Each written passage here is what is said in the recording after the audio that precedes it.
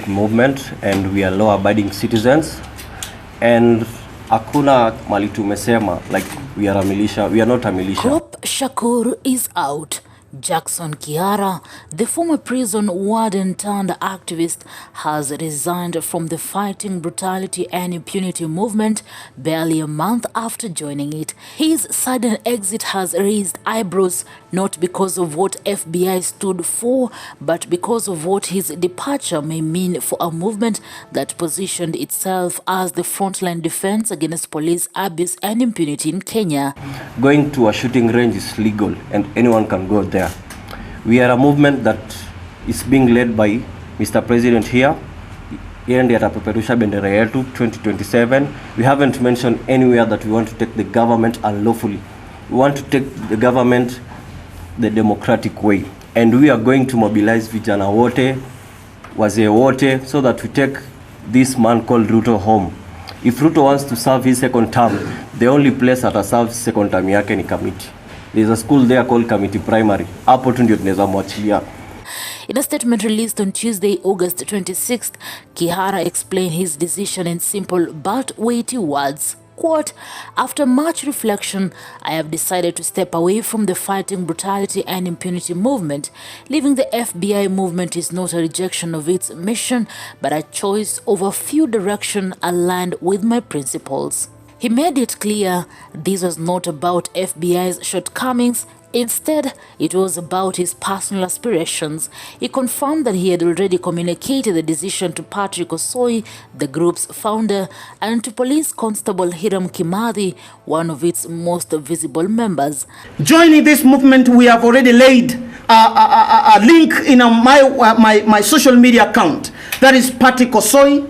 But the timing matters. The FBI movement was only launched in July 2025 by Osoi, a former KDF Special Forces soldier, NIS officer, and US Army veteran. His mission was clear: to defend victims of extrajudicial killings, to fight for families who lost loved ones to rogue policing, and to give a voice to officers who refuse to carry out illegal orders. We must continue to make sure that we liberate this country, and we are ready to do it. And ladies and gentlemen, let us not play games by empowerment schemes that is meant to lure Kenyans. One of our aims is to document the injustices that have been happening. Mona vile watu wanauliwa, and tusikubali kufunikwa macho ati wakipea Harambee Stars like 2 million. 2 million won't bring life back za watu wenye wameua. And Ruto is a murderer, and we are going to make sure ametoka in office the democratic way, and we insist, and we are law-abiding citizens, and there is no amount of intimidations that will silence us. He can jail us. It's less than 2 years at 2027. He can jail us for those remaining time, but at the end of the day, Ruto must go. Osoi himself had paid the price for that mission. His home was raided, he was arrested, and his reputation was immediately put under pressure. Yet, he continued to position FBI as a sanctuary for security officers punished for standing with citizens rather than against them.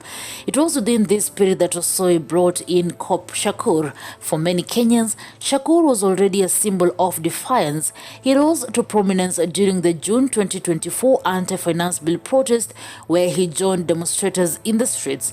That decision cost him his career. He was suspended and eventually dismissed from the prison service. Trying to intimidate the people of Kenya. I want to tell this: all police officers who are out of service, all military officers who are out of service, they have a greater responsibility than a civilian, and we will put them under very strict surveillance, because those are persons who are highly trained by the government of Kenya on the use of arms.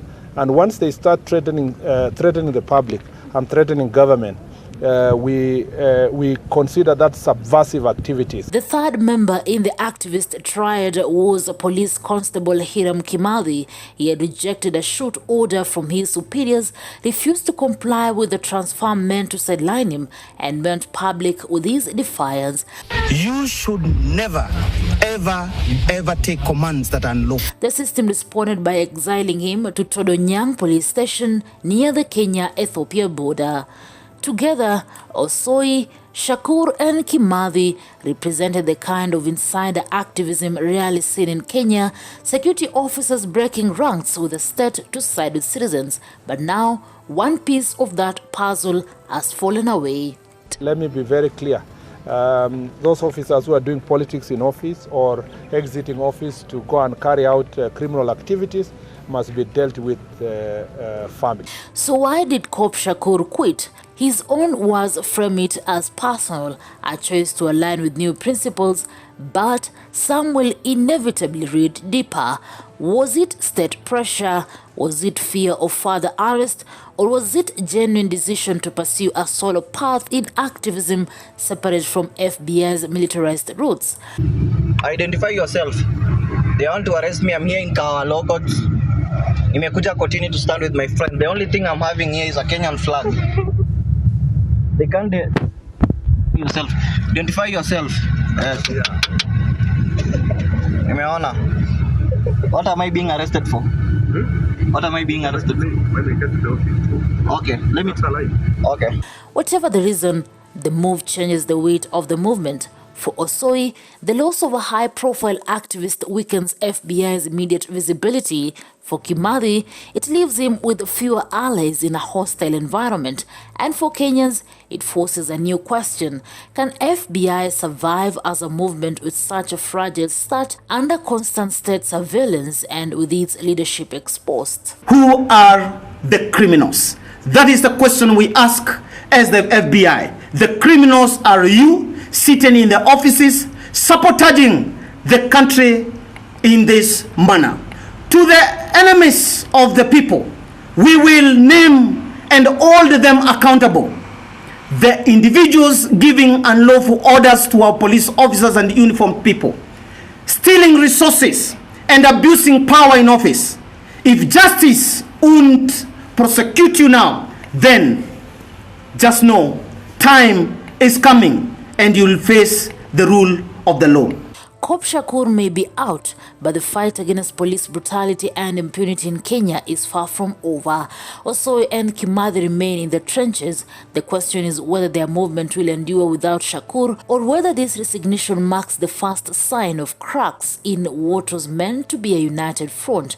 To come out to tell them that the government cannot be formed by them, they have to be inside us to form the next government. We are also calling the Mama Mboga sector who are in the market there. They cannot form the government for you. You must be part of us, the young generation, to form the government of the people, by the people, for the people.